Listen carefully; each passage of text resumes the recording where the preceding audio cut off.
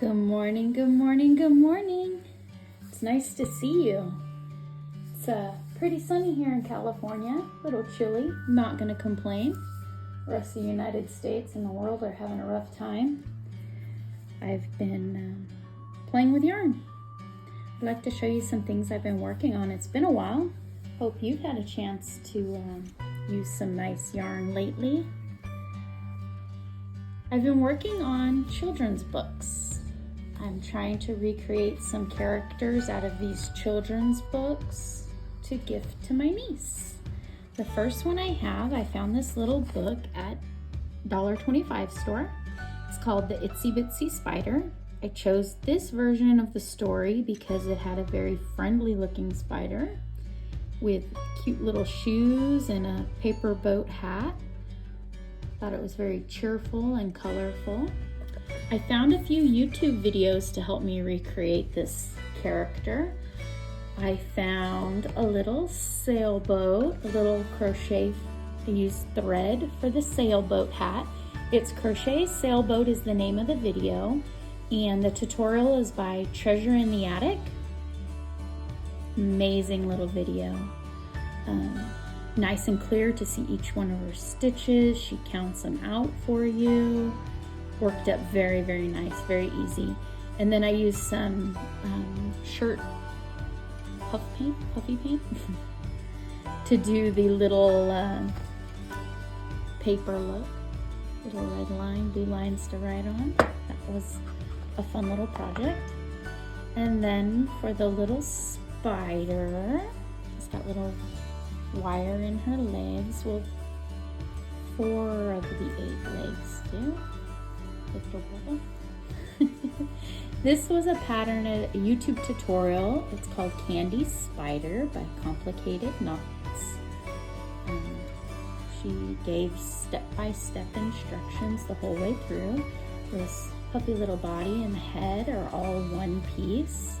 And then she gives a very, very clear to follow instructions on how to, the intimidating part, connecting all these legs so that they spread out just perfectly.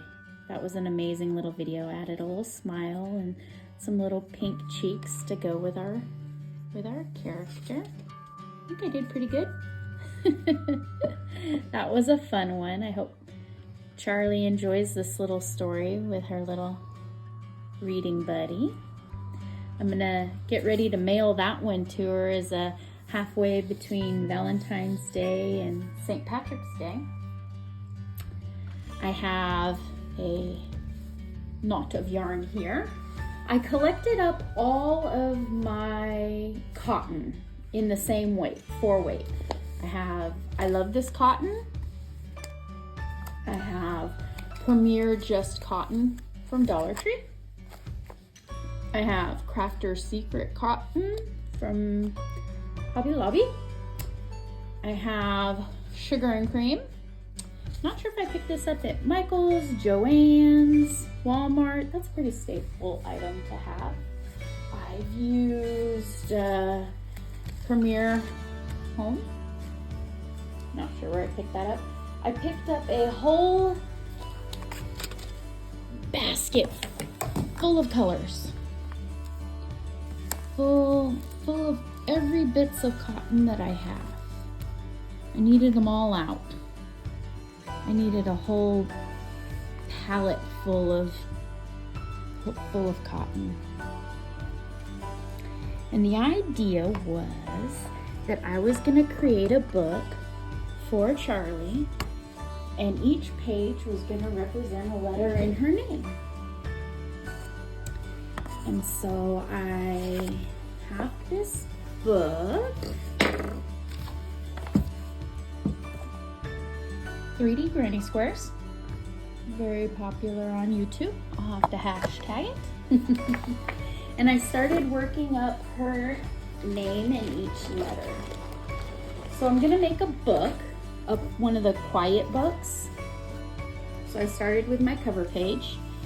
I just have the sunshine for my cover page. I started using very, very small embroidery thread, and I was gonna write in cursive Charlie across the middle. I could pull it off. I did the chain long enough. In some cases where the embroidery thread looped over itself 2 and 3 times, it looked really bulky. And I was thinking maybe I should use the t-shirt paint in a very steady hand to write Charlie across there. I want it to be in cursive. I don't think that children are exposed to cursive very often, so I'd like to put her name on the front cover of the book. And when you open the book, it's going to flip the page over.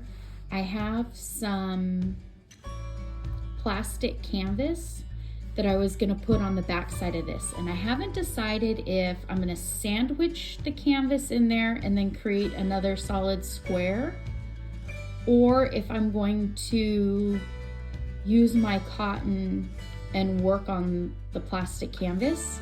But I want to put the letter C, a capital C. Then on the next page of the book, we have the kitty cat for C. We turn the page, and I have a mess. So I want to use the plastic canvas. I can sew in all those little bits and clean it up.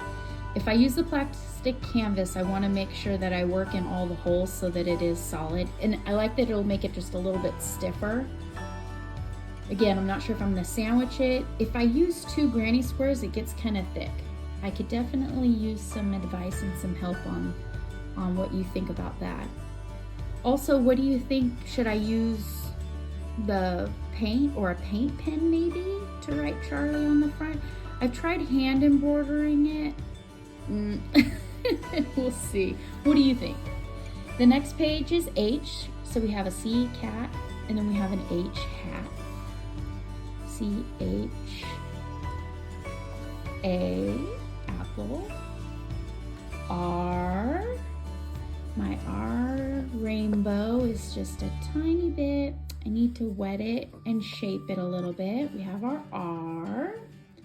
I like how these 3D granny squares have interactive parts to it. These little leaves come up, the little stem comes up. A, R, L. Oh, L. Ladybug.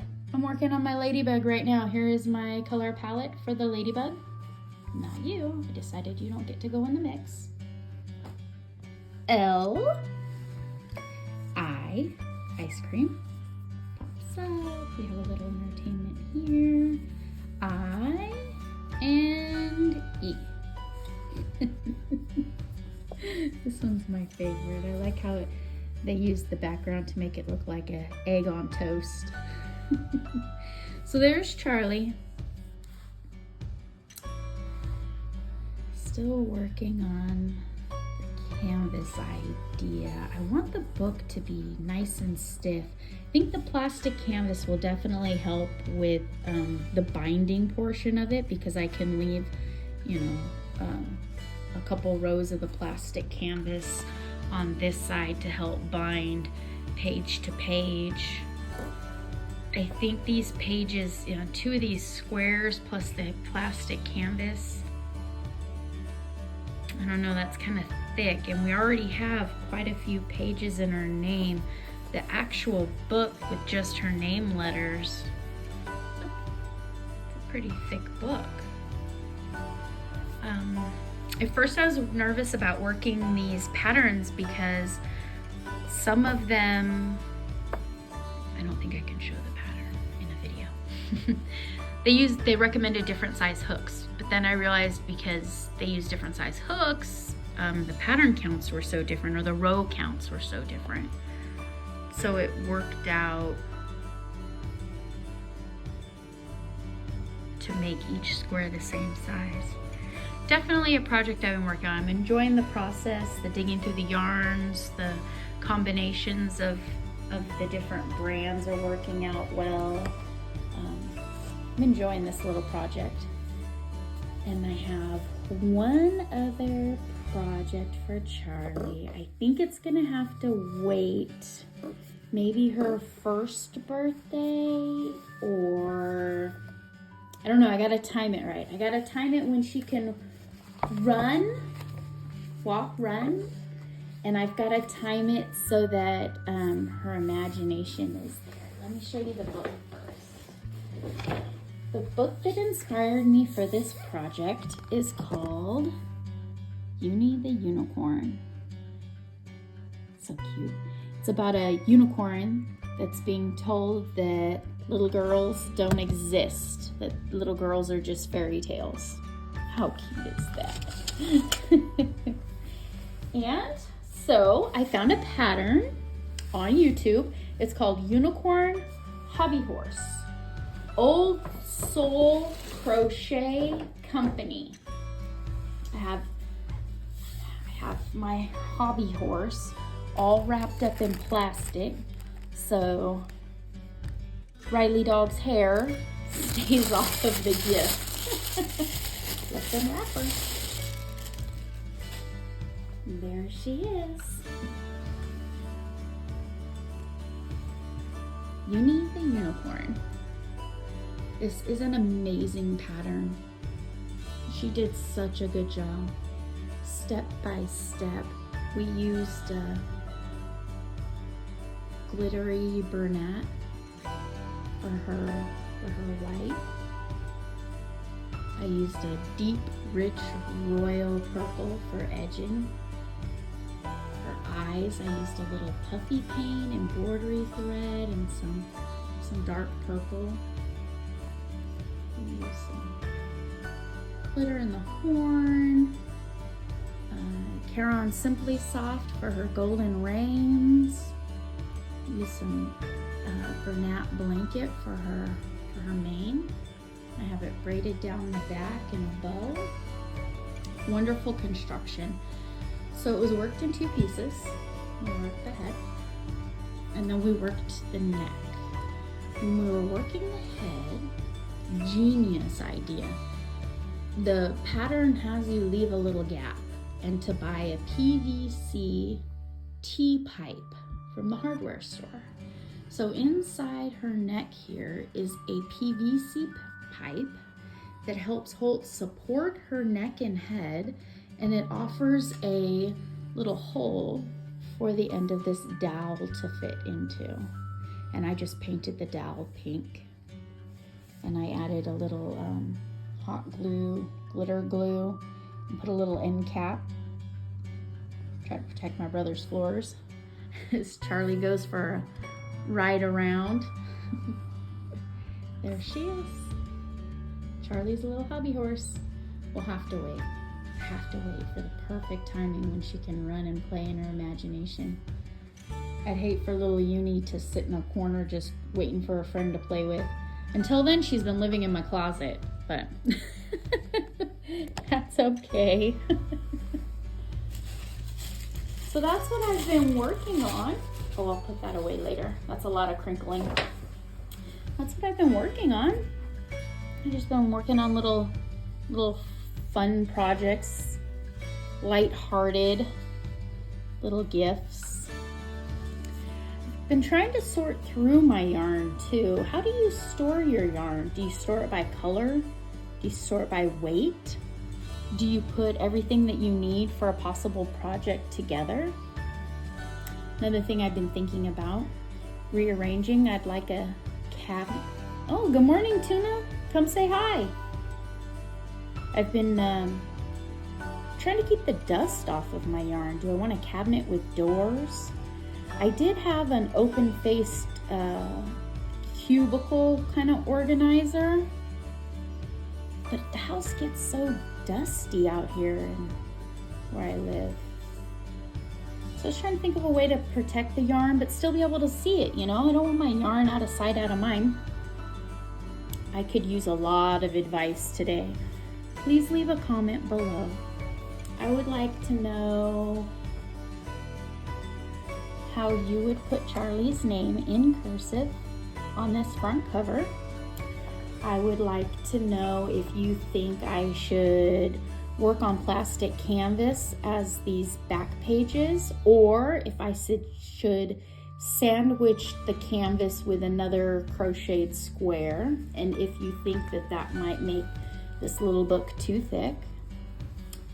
I'd also like to know, what is your childhood favorite story? I'd like to pick another book to make to gift to her. It was very nice visiting with you today. Thank you for coming by. I'm gonna finish up this book, look forward to some great advice, and I'll be back soon. Take care. Bye-bye.